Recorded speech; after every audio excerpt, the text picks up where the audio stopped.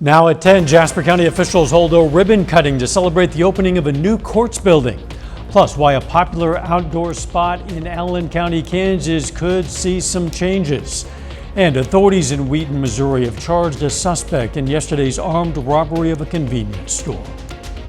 The 4 states' most watched news starts now. The suspect in yesterday's armed robbery of a convenience store in Wheaton, Missouri has been arrested and charged. This is KOAM News at 10. I'm Dow Quick. Wheaton police say they arrested Jonathan Worthington of Aurora for the robbery. Authorities say Worthington walked into the fast strip store, showed a handgun, and demanded cash. He's now charged with armed robbery, armed criminal action, and unlawful possession of a firearm. Jasper County has a new courts building, and today they celebrated with a ribbon cutting. KOAM's Jalen Banks was able to get a first look.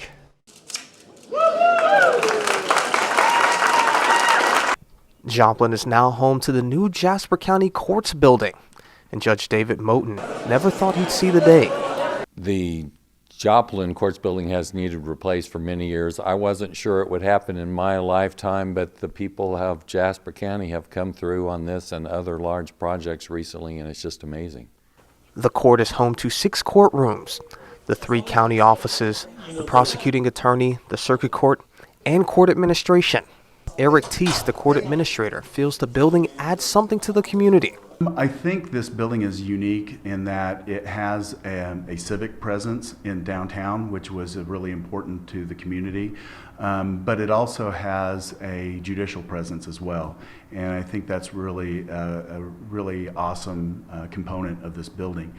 Teese also says the building is an investment in the community. Well, I think that was one of the big things that we wanted the public to know, is that this is an investment in our community, and we wanted to create a building that will last for 75 years or even longer. And that's important, because when we want to be good stewards of the taxpayer dollars, and the community trusted us, the voters trusted us to perform. In Joplin, Jalen Banks, KOAM News. The courts building is going to be running and open to the public starting on Monday. If you visit the George Washington Carver National Monument in Diamond, Missouri anytime soon, you should know you're going to be required to wear a mask inside that building. That's because the CDC has listed Newton County as a high COVID transmission area. The policy applies regardless of your vaccination status. Masks are available to the public. Let's check in with Chief Meteorologist Doug Heddy for a first look at the weather. Well, of course, for us today, it was warmer. We went into the upper 50s during the afternoon, but a lot of clouds across the region. 58 started at 27, so a little chilly, but well above our normal high 44 that we should be at here for the first week of January. But you can see upper 40s yesterday, upper 50s for us today. It's going to cool back down a bit as we go into the daytime hours tomorrow. Still, our southern counties, southeasterly wind holding into lower 50s, and then you got lower 40s. Northern counties with an easterly wind. We do have a lot of clouds. We're going to see some drizzle start to pop up here over the next several hours. Right now, you can already see a little bit of drizzle starting to pop up. So we're going to keep our eyes on that. Just hit and miss light drizzle. This is not a big storm system, but it is going to make it a little bit gloomy out there as we head into the weekend. We'll break this down for you here in just a bit. See you then.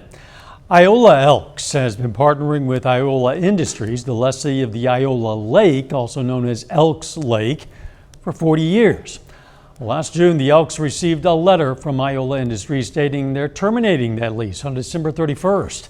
Any property from the Elks had to be removed, leaving the lake in its original condition.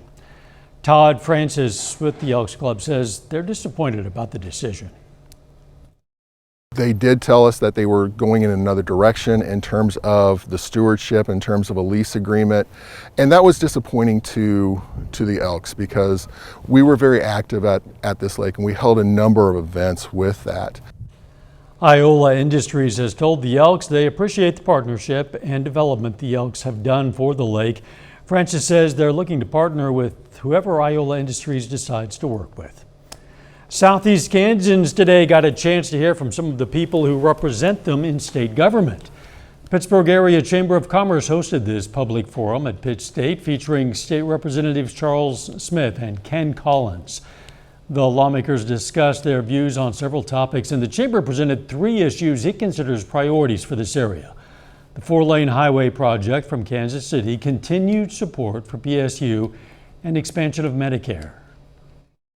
And then to also continue to push for the expansion of the Medicaid program for the benefit of our healthcare community. Healthcare is a big growth sector for Southeast Kansas, and we know that would continue to support that.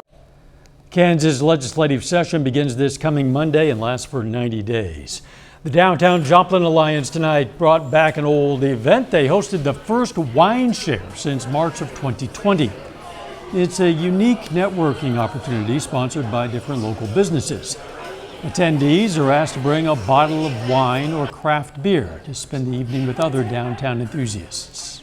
We're excited to bring it back. It's really just it's a great networking opportunity. It's kind of like the Chamber's First Friday Coffee, but it's on Friday. It's Friday evening. You got a glass of wine, a little more relaxed. So it's just a really fun, casual way to meet people and make connections, and particularly focused on the downtown area. The wine shares will take place on the first Friday of every month. A Joplin-based eating disorder program is receiving some nationwide attention. Freeman's Ozark Center sent a representative to New York to promote its Reconnect program at a conference. The program takes a coordinated team approach to treating patients in an outpatient setting.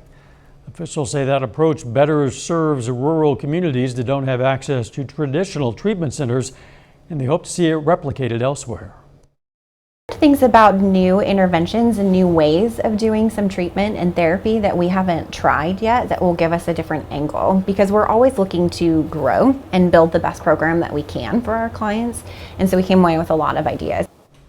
According to the National Association of Anorexia Nervosa and Associated Disorders, 9% of the U.S. population suffers from an eating disorder. Coming up, the Kansas Attorney General announces a multi-million-dollar settlement with opioid manufacturers. Plus, the latest from Capitol Hill as the House inches closer to selecting a new speaker.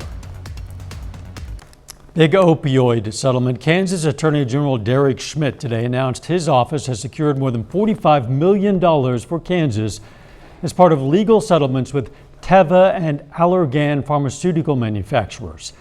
It's a way to resolve allegations that the companies contributed to the opioid epidemic. Teva will pay out at least $28.4 million, and Allergan will pay at least $16.9 million. Missouri and Oklahoma have also been involved with settlements or negotiations with various opioid manufacturers.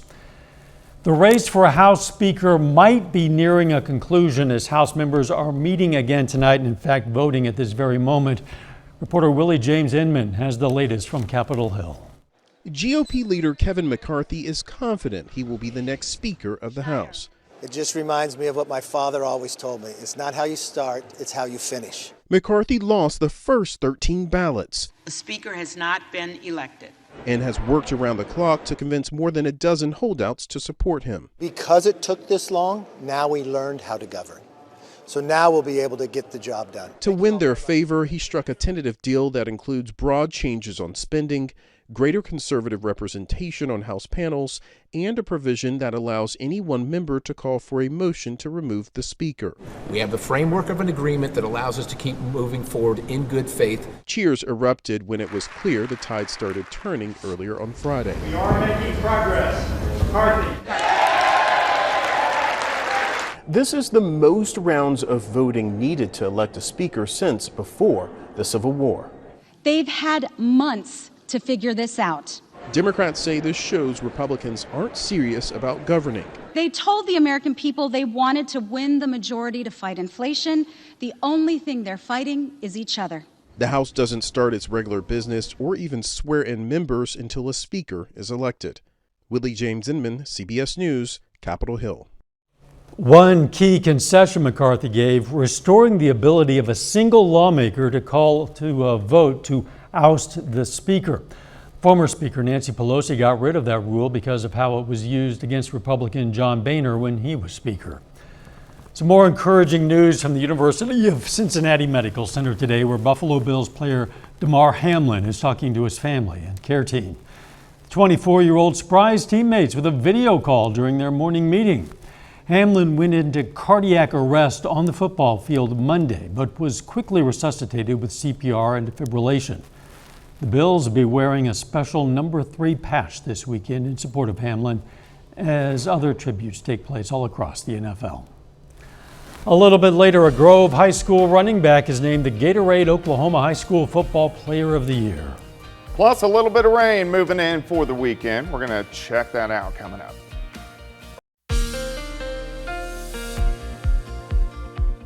Well, it definitely turned out to be a warmer day for us today. Temperatures upper 50s to near 60 degrees. A lot of clouds. We're going to continue with the clouds at least the first half of the weekend. Nice shot at Indigo Sky Casino and Resort. Indigo just outside of Seneca, Missouri. All right, so we have this developing weak storm system, which is pushing against the southeasterly winds, southwestern Missouri, more of a northeasterly wind in our northern counties. So that's why we have the temperature difference of 42, 41 in Iola compared to 54 at Grand Lake. We have 49 in Neosho. Most of us are going to go back into the mid 40s later on tonight. In Joplin, 49. Humidity still kind of low, 44%. Once that comes up a bit, we'll start to get some patchy drizzle across the region. Just light, very, very light drizzle. Overnight low down to about 44. Socked in with the clouds all day long. There's not much underneath the clouds, but you can see some light drizzle starting to develop now. This is just to the north of Springfield, over towards Stockton Lake, and then kind of back just south of Nevada. So we're going to watch this increase over the next few hours. Again, very weak system, but it will give us the clouds, a little bit of drizzle, a few random showers as we go through the weekend. All right, let's break it down. Let's go through time. We're going to stop at 3 a.m. Light showers, light drizzle, southeast Kansas, southwest Missouri, along and north of I-44. If you live in Oklahoma or Missouri, south of I-44, you mainly get just clouds from this system. Let's go into the morning hours. Still pockets of light drizzle. Kansas, Oklahoma. We'll go to about the noon hour.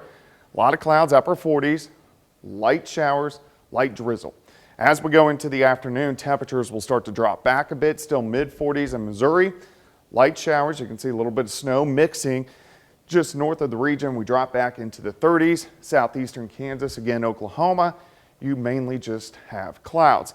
All this rolls out tomorrow night. The clouds stick around till Sunday morning, but Sunday afternoon things start to improve and we get a little bit of sunshine, which will be nice to see. So day planner, periods of drizzle, especially north of I-44, will kind of hold into the mid to upper 40s for afternoon highs. Let's look down the road. Weak little wave Tuesday. We stay dry with it, but it passes by and then we watch our next bigger storm system. This rolls out late Wednesday into Thursday. We got to see the track of this system. You can see the area of low pressure. As of right now, it looks like showers, maybe some thunderstorms. Could get a little bit of snow on the backside, so we're going to watch that as we go through next week. Now, down the road, let's go long range. After that, we have a system on the 16th and 17th, rain over to snow. Friday the 20th, also another system that could be rain over to snow. Little systems, 22nd through the 24th, but we're watching this guy. Jan 31st, Feb 1st, Arctic air is going to return, and that will be a bigger system that will give us the potential lasting through the first week of February for a lot of Arctic air and snow events. 49 tomorrow, 49 Sunday, 56 Monday. Those chances for showers and thunderstorms Thursday, and then cooling back down a bit next weekend. All right, I know you'll keep us up to date on those thunderstorm chances. Absolutely. As it gets closer. Thanks, Doug. A quick update for you. The House has wrapped up a 14th vote for the House speakership position, and by one vote, it looks like McCarthy fell short tonight. They might have more voting tonight. It's not yet clear if they will adjourn for this evening or not. Still ahead, Player of the Year honors for Northeast Oklahoma High School running back, and a big CNC matchup in Frontenac with the Raiders hosting the 8th-ranked Galena Bulldogs. Jacob Leonard has those highlights and more next.